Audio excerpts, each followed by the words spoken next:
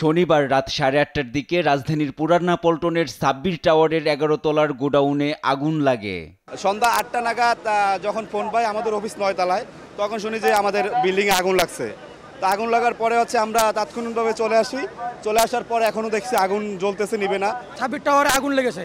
তো আমরা দ্রুত ওইখান থেকে চলে এখানে আসি এবং আসার পরে দেখি যে এই এলাকাটার এখনো লোডশেডিং চলতেছে, কোনো প্রকার আগুন নাই।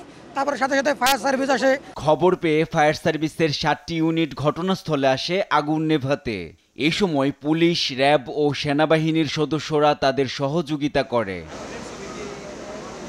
পরে ফায়ার সার্ভিসের 7টি ইউনিট 4 ঘন্টা চেষ্টার পর আগুন নিয়ন্ত্রণে আনে।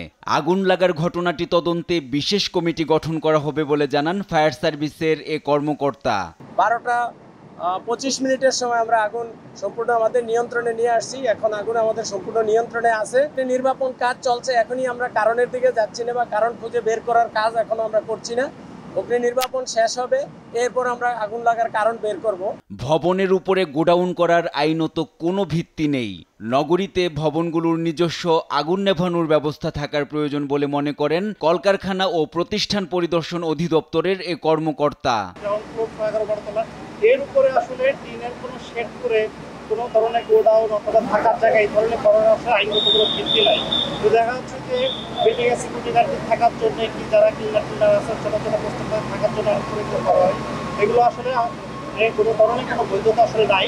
এই ক্ষেত্রে আসলে সিটি কর্পোরেশন থেকে, রাজস্ব থেকে আরো অনেক বেশি তৎপর হওয়া দরকার। এই আগুনের ঘটনায় কেউ হতাহত হয়নি বলে জানিয়েছে ফায়ার সার্ভিস। NI নাহিদ, দেশ টিভি, ঢাকা।